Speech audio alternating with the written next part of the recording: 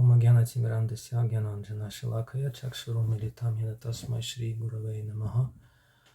Namam Vishnu Padaya Krishna Prishtaya Bhutale Shimati Bhaktivedanta Swami Niti Namine Namaste Saraswati Devi Gauravani Pracharine Nirvishesha Shunyavadi Paschat Desha Terene Mukhamam Karuti Vachalam Pangum Nagayati Girim Yat Kripatamaham Vande Shri Gurundina Taranam.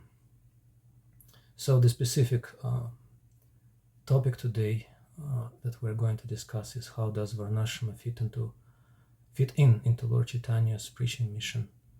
And since all of you have been studying the Shastra and have arrived at different conclusions on that topic, I would like to present you a conclusion by Srila Prabhupada.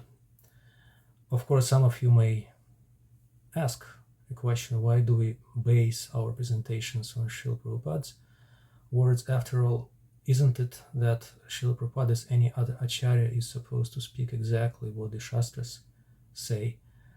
And therefore, if you know the Shastra, then we can basically figure out what Srila Prabhupada would have said on topics that he hasn't covered yet in his presentations. Or even if he did cover some topics, we might still be justified in doing our own independent Shastric research to see Prabhupada's statements in a proper Shastric light, so that we could see where he presents the Shastric knowledge or where he presents some preaching techniques or strategies customized and tailored for a particular audience. So I would like to address that notion that Srila Prabhupada's comments and Srila Prabhupada's words and instructions are not as relevant for us as the Shastra, and apply that topic specifically to his teachings on varnasrama dharma. So of course, as we know, Shastra is the foundation of all knowledge, and Lord Krishna himself says in the Shastra, Shruti Smriti Mamai Vagye Yaste Ulangya Vartate Agya Chedi Mamadveshi Mad Bhakto Pina Vaishnavaha. The Shrutis and Smritis are to be understood as my instructions, and one who violates such codes is to be understood as violating my will and thus opposing me. Although such a person may claim to be my devotee, he is not actually Vaishnava. So it's a very strong statement, and we'll address that statement again specifically in application to varnasrama dharma.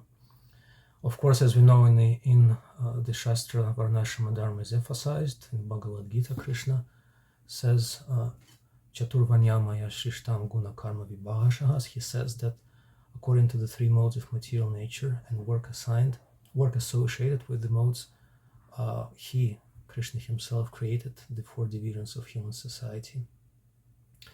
And Srila Prabhupada in his purport says that human society is similar to any other animal society, but varnasrama dharma is specifically meant for helping human society systematically develop Krishna consciousness.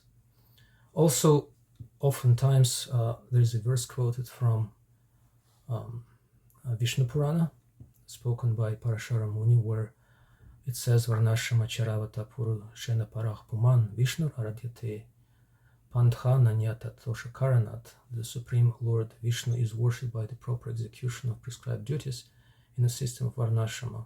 And there is no other way, it says here quite emphatically, to satisfy the Supreme Personality of Godhead. So Srila Prabhupada in his teachings on the topic of varnasrama said many things, and some of them might be considered to be paradoxical, or some might even go as far as saying that they're conflictual. But the purpose of our short presentation today is present and prove that Srila Prabhupada's statements on this topic are actually very firmly grounded in the Shastra and in the previous acharyas. And before we do that, we would like to quote from the Shastra and from the Acharya as to what kind of authority do the words of great liberated devotees such as Srila Prabhupada bear. And first, we'd like to quote Narada Muni, who says in Narada Bhakti Sutra that the words of great pure devotees make scriptures authoritative. He says, Sat Shastri Kurvanti Shastrani. Jiva Goswami echoes the same notion in his Tattva Sandarbha, his commentary on Tattva Sandarbha Sarva Samvadini, where he says, Tatra Vaidushe Shabdasya Pi Tan Mulatvacha. Perception of the wise, liberated souls is actually the basis of even verbal testimony, Shabda Pramana. Bhaktivinoda Thakur, in his commentary on Tattva Sutra, says that the devotees of the Supreme Lord are not controlled by scriptures because their activities are already harmonious with divine wisdom. Therefore, when realized devotees ordain any new arrangement, it should be accepted as a religious code, even if not found in the scriptural directions of previous sages. Bhaktisiddhanta Saraswati Thakur says about Srila Bhaktivinoda Thakur, he says that he directed me to establish Daiva Varnasrama Dharma. I must obey his order, and Acharya is not under Shastra. He can make Shastra, which is a very important and profound statement, which needs to be taken in the proper context, of course. And then Srila Prabhupada concludes in his letter to Janardana by saying that the statements of Bhaktivinoda Thakur are as good as scriptures because he is a liberated person. So I've quoted these, and there are so many other statements in the Shastra, to emphasize how the Shastra itself and the great liberated acharyas of the past say that when a pure, liberated, empowered devotee such as Srila Prabhupada makes some statements of a spiritual significance in his purports, lectures, his comments, then they should be taken seriously, cannot be dismissed as mere tactical means that he resorts to in a particular temporary circumstance. So when Srila Prabhupada speaks about Varnasrama, now that we have established that Prabhupada's words should be taken as authoritative as the Shastra, even if he is not readily quoting the Shastra to back them up, we could also quote to his statements on Varnasrama Dharma and his unique application of Varnasrama Dharma to Lord Caitanya Mahaprabhu's movement. He says in his purports, of course, we are going to quote in the 3rd chapter of Bhagavad Gita, Srila Prabhupada says that everyone should follow Varnasrama Dharma in his or her activities. Unless one is completely freed from the modes of material nature, he has to follow his prescribed duties. He then says that in the complete stage of Krishna consciousness, the Kshatriya may act as a Brahmana, or Brahmana may act as a Kshatriya, but in the transcendental stage, the distinction of the material world do not apply. But as long as one is on the material platform, he must perform his duties according to the modes of material nature. So the question might arise as to where that particular border of liberation is drawn. How do we know that a particular devotee or an aspirant devotee has become liberated enough to apply Varnasrama Dharma only as a means for helping him, his or her devotional service, but not as the main foundation of his life? And Srila Prabhupada quotes in his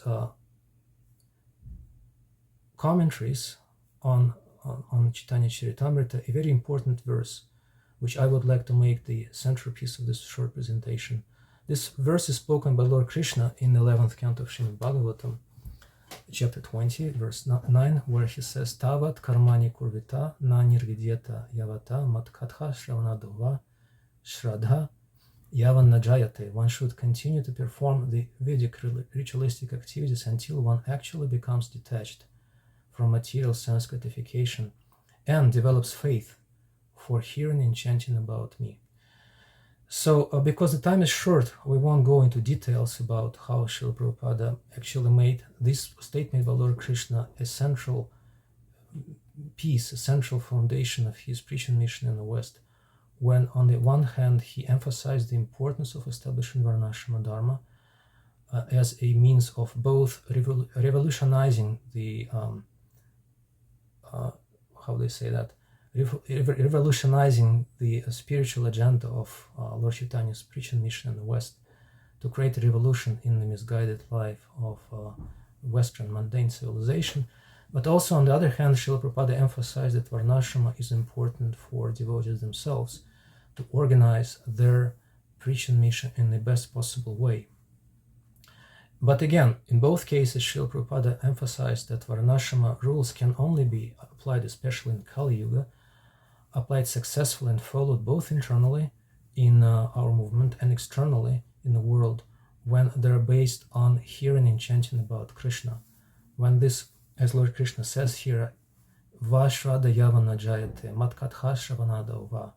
As long as one has not developed faith in hearing and chanting about me, he or she should follow the prescribed rules of varnasrama dharma, which is very difficult to do in Kali Yuga. Prabhupada also many times said that varnasrama in Kali Yuga without sankirtana, without hearing and chanting about Krishna, cannot be successfully fulfilled or implemented.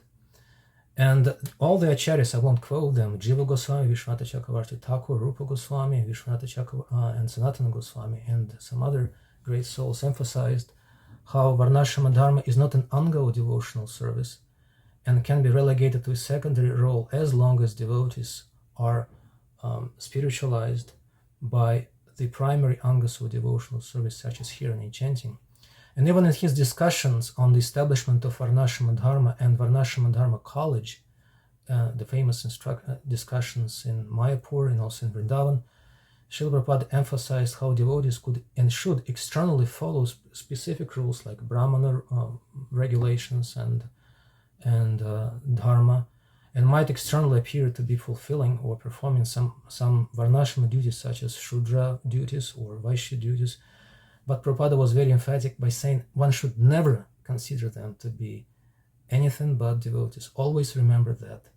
And he gave the example of a theatrical performance when actors perform certain roles on stage, but one should never believe that these people, the actors, are actually the characters they perform. And again, towards the end of his manifest pastimes in this world, when Srila Prabhupada was on his, you could say, deathbed, dictating his last comments on Srimad Bhagavatam, and there is actually video footage of him speaking these words into the microphone. He says, we should establish varnasrama dharma to help people become elevated to sattva guna, but the means that he prescribes in these commentary to rise to the level of sattva guna and varnasrama dharma is by hearing and discussing Srimad Bhagavatam, and by attending Mangalarati, rising early, chanting Hare Krishna and worshipping Shri Shri Radha Krishna. So the conclusion, I'll skip to the conclusion.